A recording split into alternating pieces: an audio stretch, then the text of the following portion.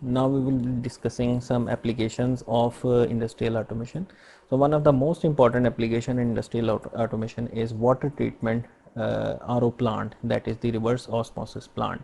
The purpose of this plant is to produce potable water, a pure water, a water which is you can say suitable for drinking.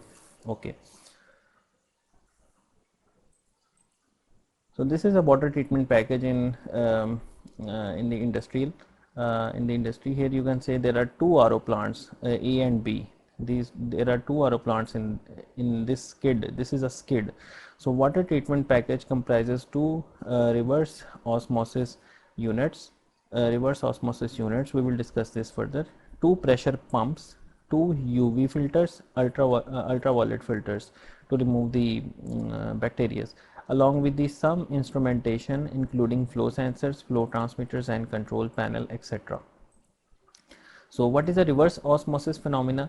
The reverse phenomena of osmosis occurs when pure water flows from a dilute saline solution through a membrane into a high concentrated saline solution.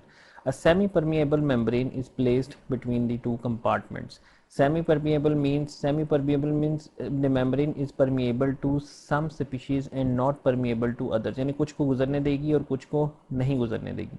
Assume that this membrane is permeable to water but not to salts. यानी ये सिर्फ पानी को गुजरने दे रही है लेकिन salts को नहीं गुजरने दे रही. Then place a salt solution in one compartment and pure water in the other compartment.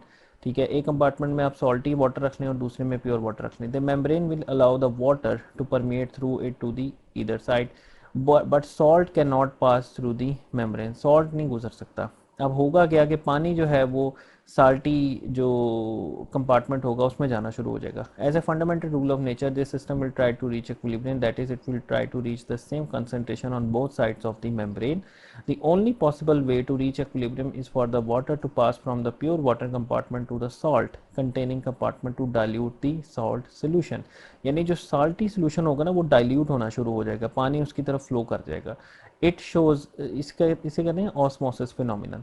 लेकिन कहाँ तक कितना पानी ट्रेवल करेगा? जब तक कि उसका जो पानी के ऊपर जो प्रेशर बिल्ड हो रहा है वो बैलेंस हो जाए. ठीक है. It shows osmosis can cause a rise in height of the salt solution. This height will increase until the pressure of the column water is so high that the force of this water column stops the water flow. यानी उस pressure की वजह से पानी का flow रुक जाए. यानी तब तक पानी जाता रहेगा जब तक कि वो प्रेशर को बर्दाश्त करता रहेगा और पास होता रहेगा. लेकिन जब प्रेशर अच्छा खासा बिल्ड हो जाएगा सॉल्टी कॉलम में तो पानी का फ्लो रुक जाएगा. This equilibrium point of water column height in terms of water pressure against the membrane is called osmotic pressure. If a force is applied to the column of water and the direction of water flow through the membrane can be reversed. अब हम reverse osmosis पर आएंगे. Reverse osmosis में क्या होता है कि ये ऑस्मोसिस का रिवर्स होता है. यानी एक आपके पास पानी है जिसमें सॉल्टी कंटेंट्स हैं, अब उसमें से आपने प्योर वाटर अलहदा करना है.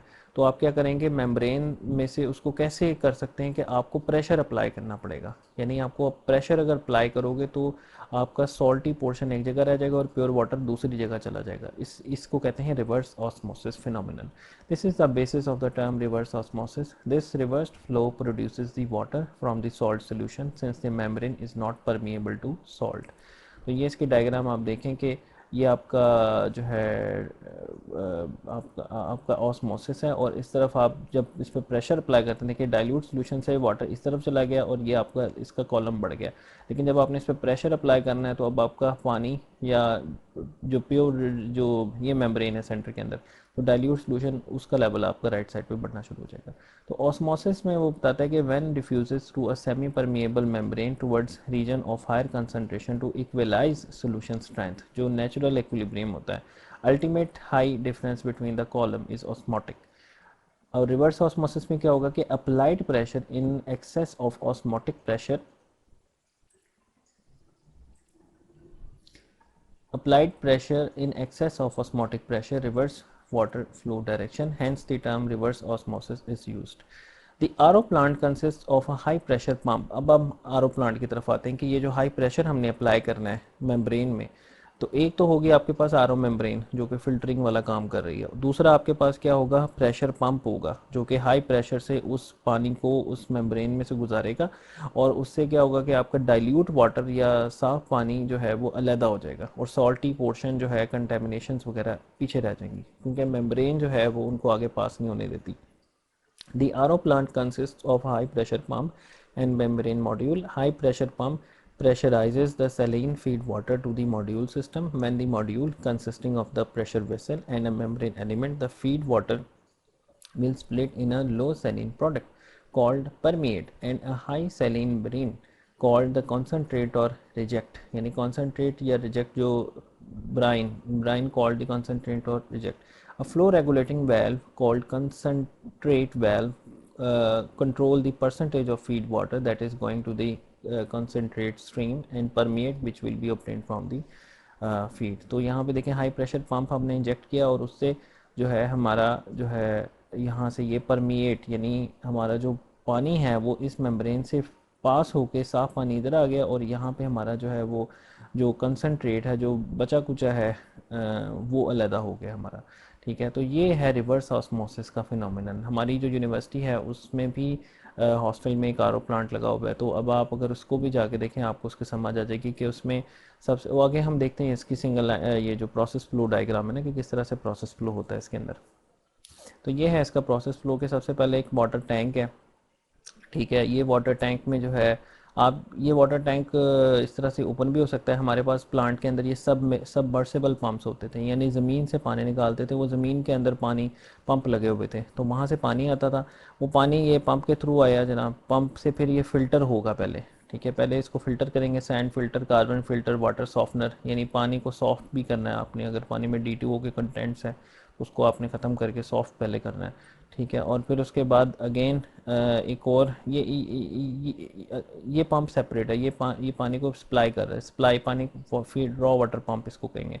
तो उसके बाद ये है हाई प्रेशर पंप, जो अभी हमने आरओ की बेसिक्स में देखा कि जो पंप चाहिए होता है हमें। ठीक है, तो ये आपका हाई प्रेशर पंप ये लगा हुआ है, तो ये हाई प्रेशर पंप है।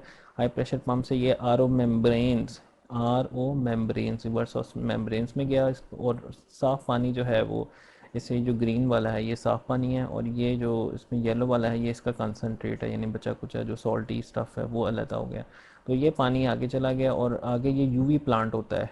ठीक है, ये ओजोन जनरेटर भी इसे कहते हैं, ये भी ओजोन जनरेटर भी लगा सकता है बेसिकली बैक्टीरियाज वगैरह को मारने के लिए, ताकि ये पानी पीने के काबिल हो जाए। यानी एक तो इसके अंदर TDS इतना ना हो, यानी टोटल डिजॉल्व सॉल्ट का लेवल, यानी इसमें कंटेमिनेशन ज़्यादा ना हो, दूसरा इसमें बैक्टीरियाज वगैरह ना हो। ठीक है, और ये सारे के सारे प्योर वाटर टैंक के अंदर जो है वो इकट्ठे हो गए हैं, और इसको यूज़र इस्तेमाल कर सकता है। ठीक है, इसको पोर्टेबल वाटर भी हम कहते थे, POTABLE, पोर्टेबल वाटर। पोर्टेबल नहीं, PORTABL नहीं, पोर्टेबल, POTABLE, पोर्टेबल वाटर। अच्छा, अब इसका फ्लो चार्ट क्या था, फ्लो चार्ट अब हम डिस्कस करते हैं कि क्या किस तरह का होता है इसका वाटर ट्रीटमेंट सिस्टम का।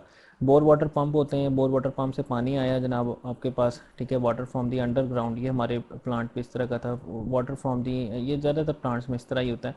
Water from the underground bore travels down to the RO units, और पोर्टेबल देखें, पोर्टेबल वाटर टैंक फिर आरओ यूनिट में चला गया। अब आरओ यूनिट के अंदर सारा कुछ है, इसके अंदर फ़िल्टर लगे हुए होंगे आपके, पहले शुरू में कार्बन फ़िल्टर हो गया, और वेरियस टाइप्स ऑफ फ़िल्टर्स हो गए, और सॉफ्टनर्स हो गए। फिर उसके बाद हाई प्रेशर पंप होगा, और फिर उसके बाद आरओ मेम्ब्रेन होगी, और इंस्ट्रूमेंटेशन लगी होगी, और उसके बाद फिर यूवी जो है, यूवी इसके अंदर इंक्लूड नहीं है, इसके अंदर सिर्फ प्रेशर पंप और फिल्टर्स हैं।